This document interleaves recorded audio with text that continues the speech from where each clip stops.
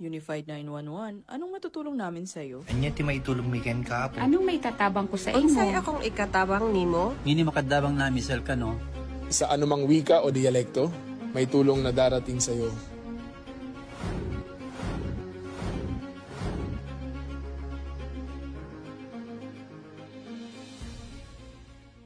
Lilingkod sa bawat Pilipino at magbibigay ng tamang impormasyon para sa tahimik at maayos na Pilipinas. Police News Network, alagad ng batas, tagapagtaguyod ng balitang pulis, sandigan ng mamamayan, patnubay ng katotohanan. La Campo Crame, maghahatid ng pinakahuling kaganapan at nagbabagang balita. Ito ang PNN Police News Network. At ngayon, ang inyong mga tagapagbalita. Magandang araw, Bagong Pilipinas. Ako ang inyong tagapagbalita, tagataguyod ng Balitang Police, NUP Loreto Bonifacio Concepcion ng Police Community Affairs and Development Group. At ngayong araw ng Miyerkules, makakasama nating muli bilang special guest co-host, walang iba kundi si Miss Queen Jaira Hernandez, former Miss Teen International Grand Winner 2022. Magandang umaga, Miss Jaira. Magandang umaga po, Sir Eton, at magandang umaga sa ating mga manonood ngayon.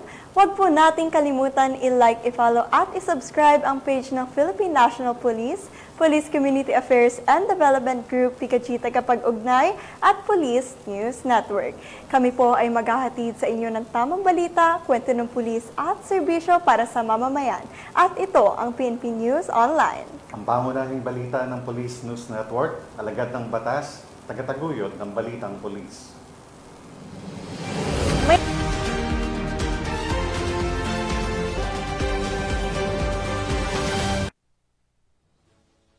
Dapat niyong abangan.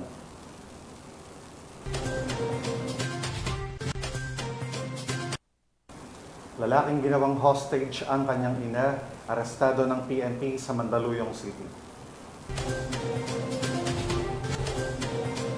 Ambulansya de Paa muli.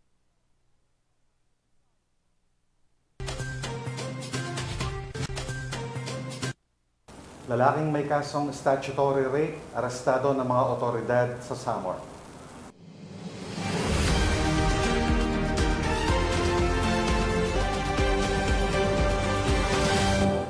Narito ang mga balitang hatid ng ating PNN correspondents mula sa iba't ibang panig ng bansa.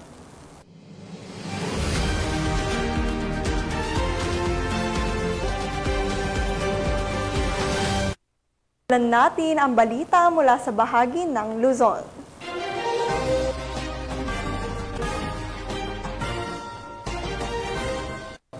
Dahil sa pagnanais na magbalik loob sa pamahalaan, voluntaryong sumuko ang isang miyembro ng Communist Terrorist Group sa Special Action Force. Ito ay bunga ng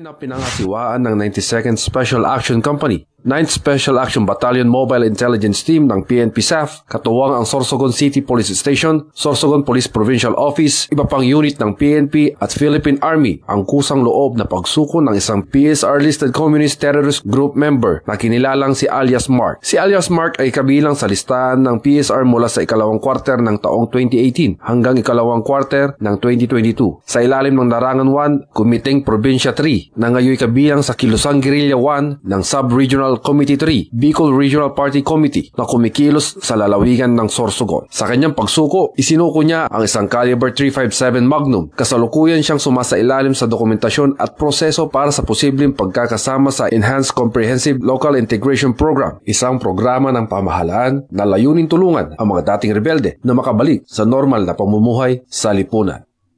At mula dito sa headquarters sa Fort Santo Domingo, Santa Rosa City, Laguna, ang tahanan ng inyong tagaligtas. Ako ang inyong PNN correspondent, Police Corporal Marcelino Termeres, alagad ng batas, tagataguyod ng Balitang Pulis. Maraming salamat, Police Corporal Termeres. Arestado ang isang drug suspect sa isinagawang search warrant operation ng mga otoridad sa Alaminos City, Pangasinan.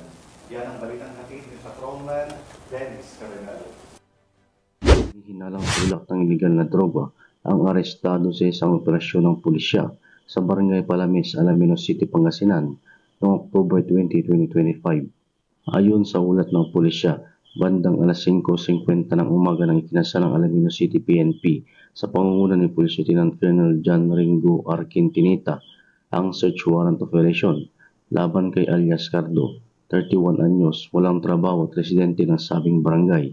Sa bisa ng search warrant operation na inisyu ng Regional Trial Court Branch 54, nakumpiska mula suspect ang 4 na head-cell transparent plastic sachet na inihinalang shabu na may kabuuang timbang na 10 gramo at tinatayang halagang 68,000 pesos. Kasama rin na recover ang mga drug paraphernalia gaya ng aluminum foil, improvised cutter, disposable lighter at mga plastic sachet. Ang operasyon ay sinagawa sa presensya ng mga kinakawan mula sa DOJ, barangay at media bilang bahagi ng legal na proseso.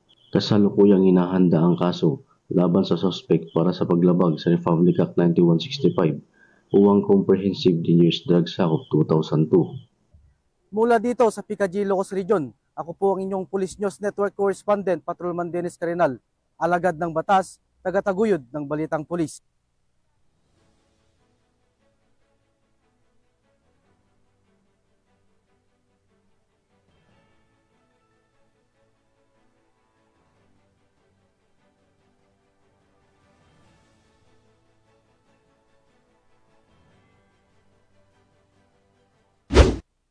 Voluntaryong isinuko ng isang residente ng Barangay Jara, San Luis, Aurora ang isang caliber .38 revolver na walang serial number sa mga tauhan ng Aurora 1st Provincial Mobile Force Company. Habang nagsasagawa ng Joint Intelligence-Driven Operation ang mga operatiba ng Aurora 1st PMFC sa pakikipagtulungan ng Provincial Intelligence Unit ng Aurora PPO, Kasiguran Maritime Law Enforcement Team at San Luis Municipal Police Station, ay voluntaryong lumapit ang isang residente upang isuko ang naturang baril na kaniyang itinatago upang maiwasan ang pananagutan sa batas. Ang operasyon ay nakatuon sa pagpapalaganap ng kaalaman sa komunidad hinggil sa mahalagang probisyon ng Republic Act 10591 o ang Comprehensive Firearms and Ammunition Regulation Act. Ang nasabing baril ay pansamantalang nasa pangangalaga ng Aurora 1st PMFC para sa wastong dokumentasyon at disposisyon. Samantala, hinimok ni Police Lieutenant Colonel De La Cruz ang publiko na makipagtulungan sa pulisya at voluntaryong isuko ang anumang loose firearm upang makatulong sa pagpapanatili ng katahimikan at seguridad sa kanilang komunidad. Mula dito sa Police Regional Office 3, ako ang inyong PNN Correspondent, Patrolwoman Janice Bulahaw. Alagad ng batas, tagataguyod ng Balitang Pulis. Bulahaw. Sa mabilis na aksyon ng pulisya, arestado ang 26 anyos na lalaki sa kasong carnapping sa operasyon ng Lipa City Police Station. Yan ang tinutukan ni Patrolwoman Jessie Cris Obrero. Aresto ng mga tauhan ng Lipa City Police Station ang suspect na kinilala si alias Ram, 26 anyos, residente ng Barangay Sabang, Lipa City, Batangas, dahil sa paglabag sa Republic Act 10883 o Anti-Carnapping Act of 2016. Ayon sa investigasyon, ang biktima ay si alias Ana, 83 anyos, byuda at residente rin ng Barangay Sabang, Lipa City, Batangas. Ipinagkatiwala umano ng anak ng biktima na si alias Joey, ang isang person with disability, ang susi ng kanilang Toyota Innova sa suspect upang ipalinis sana sa car wash. Ngunit makalipas ang ilang sandali, napansin ng biktima na nawawala na ang kanilang sasakyan sa kanilang garahe. Sa mabilis na aksyon ng pulisya, naaresto si alias Ram at nabawi ang ninakaw na sasakyan sa Barangay 7, Lipa City, Batangas. Ayon kay Police Colonel Cibalo, hindi kukonsintihin ang anumang uri ng pagnanakaw, lalo na kung biktima ay mga matatanda. Dito sa Batangas, walang takas. Kasalukuyang inihahanda ang mga kaukulang dokumento para sa pagsasampa ng kaso laban sa nasabing suspect. Mula dito sa Calabarzon, ako ang inyong Police News Network Correspondent, Patrolwoman Jessicris S. Obrero, alagad ng batas, tagataguyod ng Balitang Pulis. Maraming salamat, Patrolwoman Obrero. Sa patuloy na serbisyo publiko ng pambansang pulisya, agad responde ang... Yung tatlong tita ko, mami, yung kapatid ng tatay ko, puro ano yung Reyna Emperatriz, taka Reyna Elena, yung tatlong magkakasunod. May sakit sa Bauco Mountain Province. Ang magandang balita ay mula kay Patrolwoman Grace Julian. Pagpapakita ng malasakit at paglilingkod sa bayan, agad na tumugon ang mga tauhan ng First Mountain Province Provincial Mobile Force Company upang tulungan ang isang residenteng nangangailangan sa Sitio Alipodpod, Barangay Otocan Norte, Bauco Mountain Province. Ayon sa First Mountain Province PMFC, agad silang rumisponde sa isang panawagan ng tulong kaugnay ng isang lokal na residente na dumaranas ng alta presyon at hindi na makalakad. Pinamalas ng mga pulis ang tunay na diwa ng bayanihan sa pamamagitan ng pagbuhat sa pasyente gamit ang tinatawag na ambulansya de paa habang tinatahak ang higit kumulang 2 kilometro ng matarik na daang hagdang bato mula sa bahay ng pasyente patungo sa National Road sa Sitio Locong, Barangay Otocan Norte. Ipinapakita ng gawaing ito ang walang kapantay na dedikasyon ng PNP sa mga pangunahing adhikain nito ang paglilingkod, dangal at katarungan at pinapatibay pa nito ang layunin ng PNP sa palakasin ng hindi lamang sa pagpapanatili ng kapayapaan at kayusan, kundi pati na rin sa pagbibigay ng taus-pusong tulong sa oras ng pangangailangan. Mula dito sa rehiyon ng Cordillera, ako ang inyong PNN correspondent, Patrolwoman Grace Kipian, alagad ng batas, tagataguyod ng Balitang Pulis. Maraming salamat, Patrolwoman Kipian.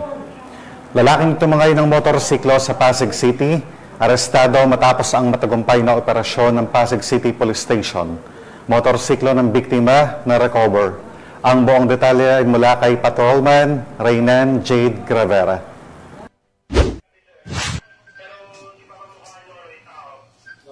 Ito lamang October 18, 2025, dakong alas 3 ng hapon, naaresto ang isang lalaki na sangkot sa kasong carnapping sa Pasig City. Ayon sa inisyal na investigasyon, namalayan ng biktima na nawawala ang kanyang motorsiklo na nakapark lamang sa harapan ng isang fast food sa may 5th Street, Barangay Santa Lucia, Pasig City. Agad nitong nireport sa himpilan ng Pasig City ang pangyayari na agad namang nirespondihan ng mga tauhan ng Substation 7, Rosario. Nagsagawa ng backtracking ng mga CCTV footage malapit sa pinangyarihan kung saan natangay ang motorsiklo ng biktima. Nang makuha ng kapulisan ang pagkakakilanlan ng sospek, agad silang nagsagawa ng follow-up operation kasama ang mga tauhan ng Ancar Pasig. Agad silang nagtungo sa San Lorenzo Ruiz, Barangay San Juan, Taytay, Rizal, kung saan huling namataan ang sospek na kinilalang si alias Juanito. Naging matagumpay ang isinagawang operasyon na nagresulta sa pagkahuli ng sospek at na-recover din ang motorsiklo ng biktima. Nagpapasalamat sa Police Pasig sa agarang paghuli sa kumuha ng ating motor, sa agarang paghuli sa kanya. Maraming salamat po. Puso po akong nagpapasalamat sa ating Police Pasig. Maraming salamat po. Mabuhay ang Police Pasig. Ang sospek ay nahaharap ngayon sa kasong paglabag sa RA 10883 o ang Anti-Carnapping Act of 2016 at pansamantala itong nakakulong sa Pasig City Custodial Facility. Mula dito sa Eastern Police District, ako po ang inyong PNN correspondent, Patrolman Reynan Jade Gravera, alagad ng batas, tagataguyod ng Balitang Pulis. Maraming salamat, Patrolman Gravera. Sa mabilis na aksyon ng Mandaluyong PNP, nailigtas ang isang 88 taong gulang na biktima matapos siyang gawing hostage ng kanyang sariling anak na armado ng baril sa Mandaluyong City. Patrolwoman Jenny May Dolor, ibalita mo.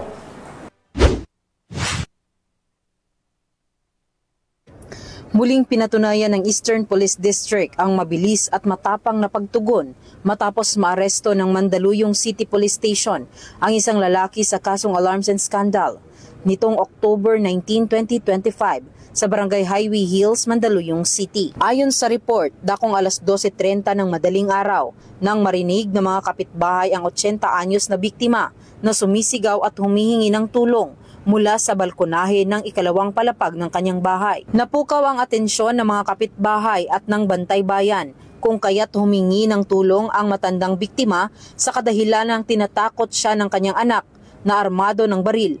Sinubukang pakalmahin ng mga barangay tanod ang sospek, ngunit nagbanta lamang ito. Sa puntong ito ay tinawagan na nila ang kapulisan na dumating naman sa loob lamang ng 5 minuto. Pinuntahan ng mga pulis ang loob ng bakuran at nakita nila ang sospek na nakabantay sa hagdan ng bahay. Bumaba ito at sinarado ang gate at 2 beses bumunot ng baril bago bumalik sa itaas ng bahay at pagbantaang muli ang biktima. Sinubukang makipagnegosasyon ng kapulisan, ngunit hindi mapakiusapan ang sospek, kung kaya't nang makuha ang layout ng bahay at matukoy ang eksaktong kinaroroonan ng sospek, ay pinasok ng kapulisan ang bahay at nagresulta sa pagkakasagip sa biktima at pagkakaaresto sa sospek na kinilalang si alias Neil, 53 anyos at anak mismo ng biktima. Nakipag-negosyate tayo, nasumuko siya. Kaso ay ayaw niya. So, luckily at yung kanyang tiyuhin, nakipag-usap sa atin, binigay yung layout ng bahay. So napag-aralan natin. Doon tayo nakakuha ng chance na kung paano siya pasukin, na deliberate yung pasok natin. Well, allegedly, sabi ng nanay niya, yun nga ginagawa sa kanya pag yung anak niya nakakainom. Ang sospek ay dinala sa Mandaluyong City Medical Center para sa eksaminasyon at kasalukuyang nakapiit sa Mandaluyong City Police Station Custodial Facility. Ang mabilis na pagresponde ng mga tauhan ng Eastern Police District, Mandaluyong City Police Station ay patunay na isang serbisyong mabilis, tapat at nararamdaman. Mula dito sa Eastern Police District, ako po ang inyong PNN correspondent, Patrolwoman Jenny Midolor, alagad ng batas, tagataguyod ng Balitang Pulis.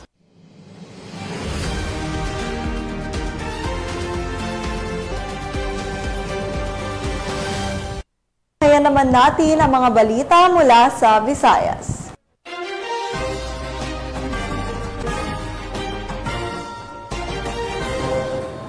Sa patuloy na kampanya ng PNP kontra wanted person, arestado ang isang lalaki na may kasong statutory rape ng mga otoridad sa Samar.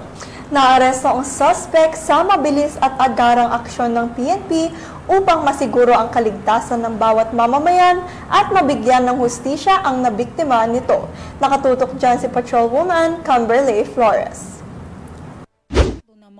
Ang isang lalaking wanted person na may kasong statutory rape matapos mahuli sa barangay Buena Vista de Second San Jorge, Samar. Bandang alas 5:20 ng hapon nang maaresto ang akusado ng mga tauhan ng 1st Samar Provincial Mobile Force Company kasama ang Gandara Municipal Police Station, San Jorge Municipal Police Station at 3rd Infantry Battalion 7th Infantry Division Philippine Army sa bisa ng warrant of arrest para sa kasong statutory rape na walang inirekomendang piyansa. Ang akusado ay dinala sa 1st Samar PMFC Headquarters para sa kaukulang dokumentasyon at tamang disposisyon. Patunay lamang ng pambansang pulisya ay hindi nagpapabaya sa kanilang sinumpaang tungkulin na hulihin ang mga taong tiwalag sa batas upang mapanatiling ligtas ang komunidad nang sa gayon may patupad ang kapayapaan sa bansa para sa ligtas at maunlad na bagong Pilipinas.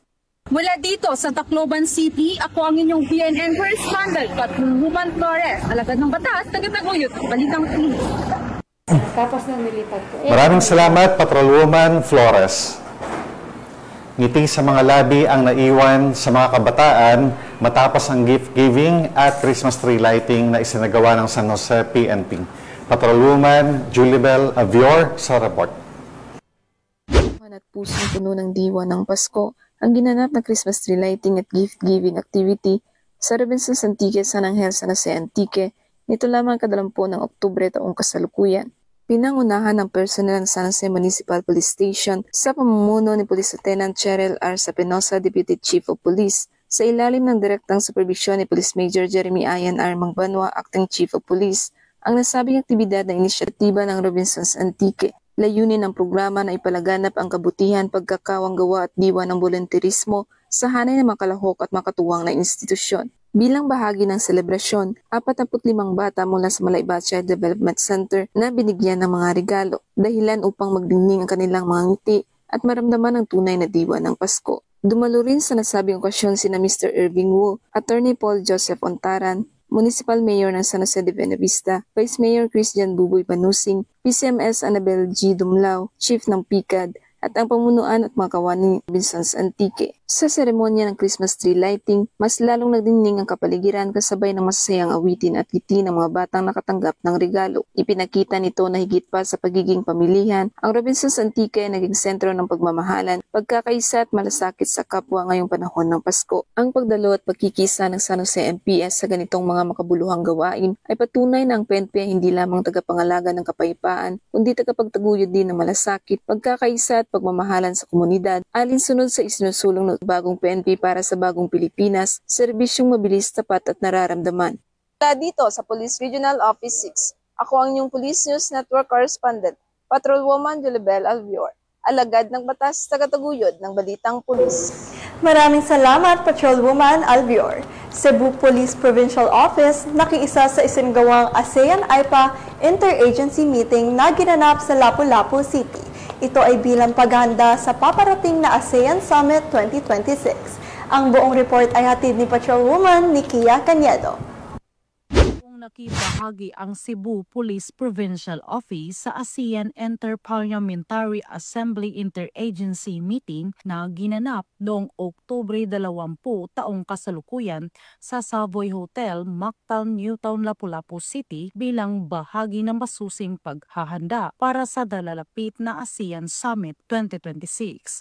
Pinangunahan ni Police Colonel Abubakar Udang Mangilin Jr., Provincial Director, ang delegasyon ng pulisya sa naturang pagpupulong na dinaluhan ng iba't ibang ahensyang lokal at nasyonal. Layunin ng pagtitipon ang pagtutulungan ng mga ahensya upang matiyak ang maayos, ligtas at world-class na karanasan para sa lahat ng delegado ng ASEAN sa darating na summit. Kabilang sa mga tinalakay sa interagency meeting ang mga critical na aspeto ng seguridad at kaligtasan. Sa patuloy na pakikipag-ugnayan sa mga katuwang na ahensya at sa aktibong partisipasyon sa mga pagpupulong tulad nito, ipinapakita ng Cebu Police Provincial Office ang kanilang kahandaan na gampanan ang mahalagang papel sa pagsiguro ng seguridad at tagumpay ng ASEAN Summit na gaganapin sa susunod na taon. Mula dito sa Cebu Police Provincial Office, ako yung Police News Network Correspondent,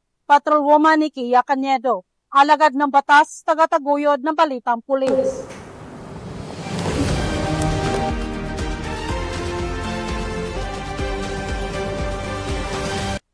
Narito naman ang mga balita mula sa bahagi ng Mindanao.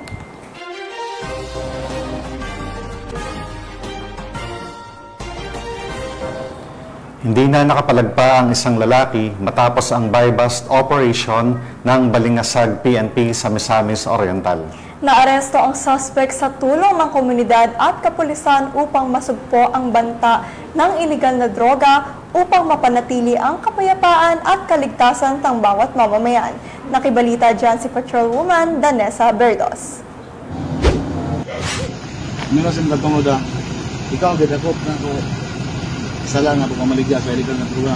Republic Act 9165. Arestado ang isang individual sa kinasang buy-bust operasyon ng mga operatiba ng Balingasag MPS sa barangay na Piliran, Balingasag, Misamis Oriental. Kinilala ni Police Major Renz Marion Serrano, OIC ng Balingasag MPS, ang suspect na si alias Mac, lalaki at residente ng nasabing lugar.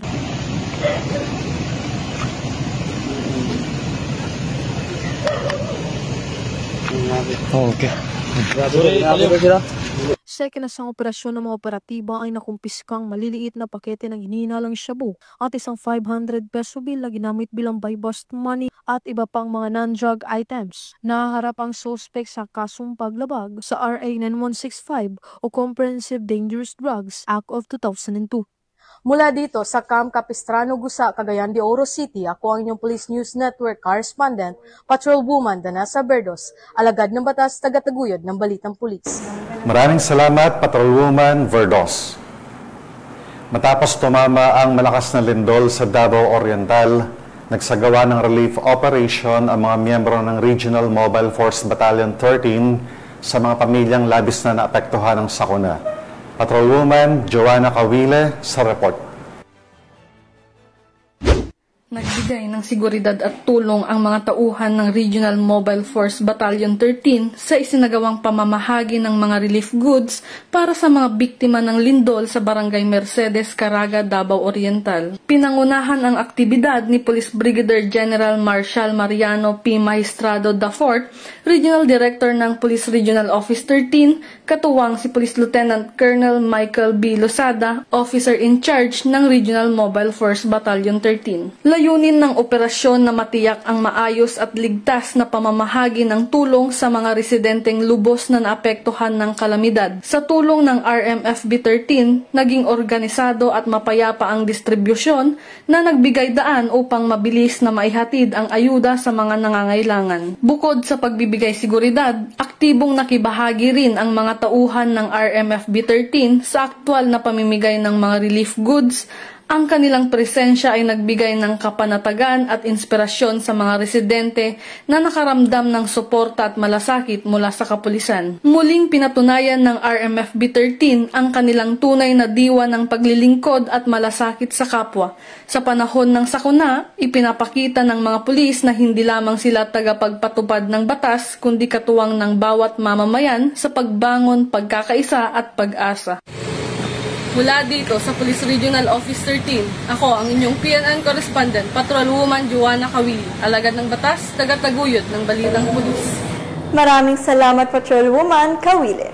Mga miyembro ng Sinswat PNP binigyang pagkilala at parangal na ginanap sa Maguindanao del Norte matapos ang kanilang paghuli sa mga most wanted person. Ang buong report ay mula kay Patrolwoman Judy Ann Alibo. Ng mga personahe ng Sultan Kudarat MPS dahil sa matagumpay na operasyon laban sa mga tinagurang most wanted person sa Provincial Headquarters Barangay Simoy, Sultan Kudarat, Maguindanao del Norte. Dito lamay kadalawampu ng Oktubre taong kasalukuyan. Pinangunahan ni Police Colonel Victor Rito, Provincial Director ng Maguindanao del Norte PPO, ang naturang seremonya na dinaluhan ni Police Lieutenant Colonel Ismail Madin, Chief of Police ng Datuudin Sinswat MPS. Tampok sa seremonya ang paggawad ng Certificates of Recognition sa mga tauhan ng Datuudin Sinswat Municipal Police Station bilang pagkilala sa matagumpay na operasyong paghuli sa mga naitalang most wanted persons. Kabilang sa mga naresto ang Municipal Level Top 1, Provincial Level Top 4 at Regional Level Top 6 most wanted persons, pagkakasamsam ng mga iligal na baril at iligal na shabu.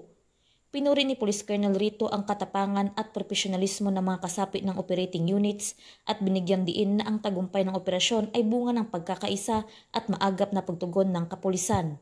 Muling tiniyak niya ang patuloy na pagsisikap ng Maguindanao del Norte PPO para sa kaligtasan ng publiko, kalakip ng suporta sa adhikain ng bagong PNP para sa bagong Pilipinas, serbisyong mabilis, tapat at nararamdaman. Mula rito sa riyon ng Bangsamoro, ako ang inyong PNN Correspondent, Patrolwoman Judy Ann Alibo, alagad ng batas, tagataguyod ng Balitang Pulis.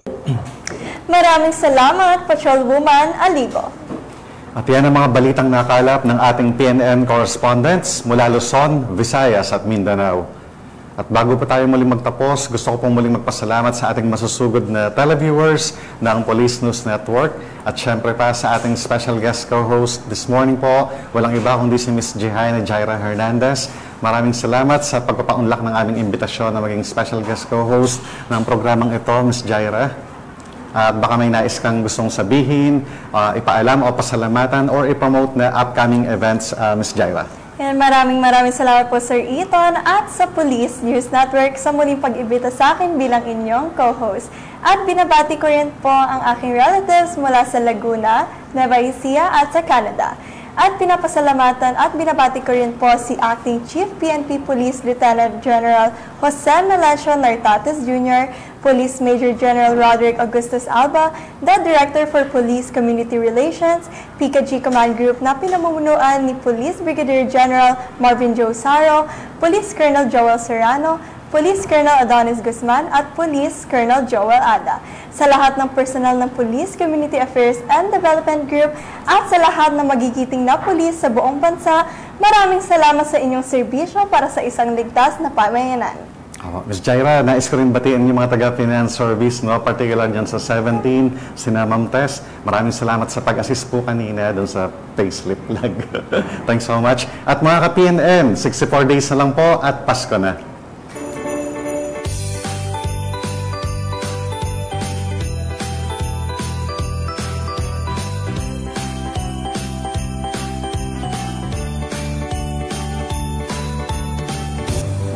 At sa ngalan ng pamunuan ng Philippine National Police, sa pangunguna ni Acting Chief PNP Police Lieutenant General Jose Melencio Nortates Jr. at sa pamumuno ni President Ferdinand Bongbong Marcos Jr., kami ay maglilingkod sa bawat Pilipino at magbibigay ng tama at balanseng balita. Mula rito sa tanggapan ng tagapag-ugnay ng pambansang pulisya, kami ang inyong mga tagapagbalita, tagataguyod ng Balitang Pulis. Ako po, NUP Loreto Bonifacio Concepcion ng Police Community Affairs and Development Group. At ako naman po si Ms. Jihaini Jairo Hernandez, former Miss International Grand Winner 2022. Maghahatid ng tamang balita, kwento ng pulis at serbisyo para sa mamamayan. At ito ang PNP News Online, ang pangunahing balita ng Police News Network. Sa bagong PNP, para sa bagong Pilipinas, serbisyong mabilis, tapat at nararamdaman.